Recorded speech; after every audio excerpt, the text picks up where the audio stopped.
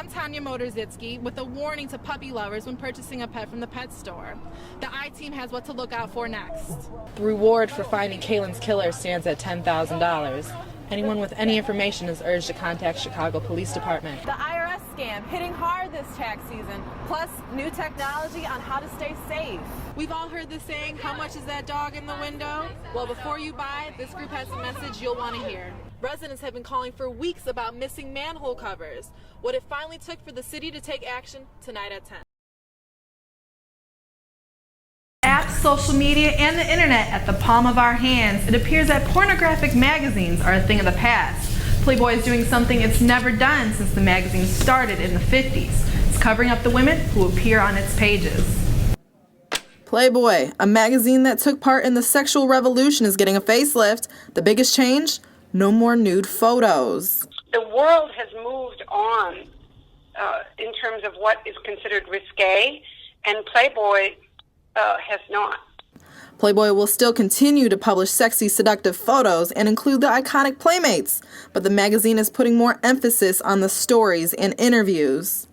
Playboy does have some good readings. What Playboy does now can be seen almost in any underwear ad. The magazine says that for the past year, Playboy has a 400% increase online since making the changes to the website. Looking at Playboy specifically, like a lot of people, it's like their intro to, their own kind of like sexuality and interests, and that's valuable in a culture. We don't want to get things backwards, and the internet is definitely not the place to learn about those things. Playboy, it seems to me, had to make a decision, either to go to hardcore, really porn direction, or to stay a magazine for men who like to read. The answer to the question probably isn't that the nudes need to leave. I mean, I'm sure there are things that we could change about the way that we're presenting, nude photographs and stuff, and social media has a lot to do with that. Playboy says the magazine will continue to stay true to the core values with the new vision of the magazine. More details on the changes will be announced in the upcoming months. You can expect to see the new Playboy in March of next year. Angelique, Kaylin had a promising future. She was studying paralegal at Robert Morris University and hoped to one day be a lawyer. Kaylin's dream of becoming a model was also in motion when someone suddenly took her life. I love you! A father's scream of pain and hurt for the daughter he lost. Miss you. You hear me? I'm gonna miss you! Love her to death. Where's he? Now I am found. At Evanston's Elks Park, family and friends of Kaylin Pryor recently came together for a vigil in her honor. Kaylin always knew where the free food was. Kaylin was leaving her grandmother's house on November 2nd in the city's Inglewood neighborhood when police say she was fatally shot while standing at a bus stop. She always wanted to be a lawyer, and she could have been one. Kaylin was one day away from signing a modeling contract. She won the Mario Ciccocci Make Me a Model contest in September. I don't understand the logic behind taking someone's life that never did anything to you. Kaylin never did anything to anyone. The reward for finding Kaylin's killer stands at $10,000. Anyone with any information is urged to contact Chicago Police Department. All Kaylin wanted to do was eat, dance, and just live life. Kaylin never did anything. Loved ones say they won't rest until her killer is brought to justice. I hope you turn yourself in, because it only makes it worse. Kaylin, you a star! You made it! You a star! A friend of Kaylin's also at the bus stop was wounded. The 15-year-old boy is still recovering. Police say they don't have any leads. Her funeral was held November 14th. Back to you. It was more than a handful of Chicagoans that headed to the Chicago theater. The controversial movie Chirac had an exclusive premiere here in the city. Since director Spike Lee released the title of the film, some have questioned how he will portray violence in the city. Welcome to Chirac! Chirac, where we at? Chirac, the name Yahoo News says Chicago coined from youngsters that live here, that compares the city to a war zone. This movie's about a tale of two cities. Director Spike Lee received a lot of backlash from the name alone. Some Chicagoans who saw the movie are not happy with how he portrayed the city's gun violence on the big screen. It would have kind of been better if they would have portrayed what was really going on, you know? Like, I feel like that ain't what's really going on every day in Chicago. I feel like it was a slap in the face to Chicago and like what we're going through. The film is based off the Greek satire Lysistrata, but some Chicagoans say the film doesn't properly portray the city's violent epidemic. We are facing such a serious problem here. It was really not a time for it to be made into a joke. All rights of access.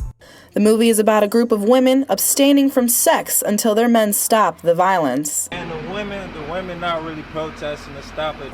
The stars of the movie say they don't understand why it's getting so much backlash. When someone is trying to make a difference and a change in their city, what could be wrong with that? And when Spike Lee calls, especially with a mission, you don't turn him down. He called and said he wanted to save lives. I have to say I'm deeply offended that somebody could take the title of the film and try to spin that into some sort of a controversy. The controversy is what is going on in the streets. The film is Amazon.com Studios' first full-length production. Chirac is now playing at select theaters nationwide. That's right, it's time to bust out those scarves and cute fall boots. So I sit on Michigan Avenue where I knew it would be a mini runway show. Outside the fashion building, I noticed these fashion fearless women. Michael George's cute purple loose-fitted pants and boot heels came from the thrift store and spent no more than $10. I definitely think that thrifting is a great way to shop. And that purse? Well, it's from her childhood, but she found herself at Forever 21 spending a couple bucks on her crop top. Take a closer look at Mariah Morris's dress. It's actually her dad's shirt. My dad was giant. He was 6'8", so it's a dress. With choker necklaces back in style, Morris says she's been wearing them since senior year in high school. Her influence? Like the 90s. Jelani Smith took her fashion sense to H&M and bought this adorable camouflage dress. Her accessories are Betsy Johnson, which is also her fashion inspiration. These bright Roche running shoes are $80. Apparently, thrifting is the new black because they all highly recommend it. So if you're looking for that perfect fall football game outfit, thrift stores, H&M, and your dad's closet. For Fashion Columbia Style, I'm Tanya Modersitzki. Back to you.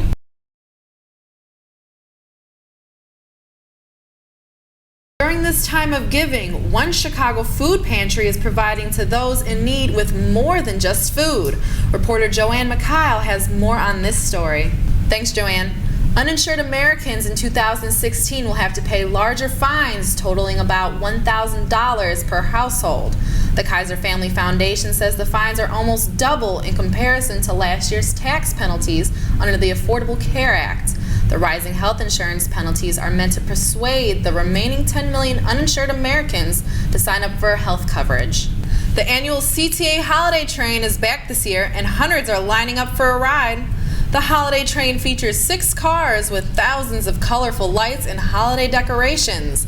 Employees say the train has become a Chicago holiday tradition, with people coming from all over the city just to see Santa.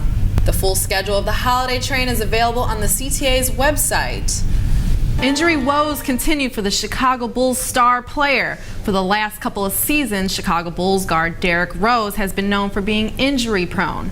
This season has already gotten off to a rocky start with yet another injury under his belt. Reporter Jeremy Jara has more on this story. Jeremy? Hey Twitter users, you may be seeing some changes to the social media platform now that there is a new CEO. Jack Dorsey, who is also the CEO of Square, a mobile payment startup that he created, actually became CEO 3 months ago. However, the announcement was recently shared with the public.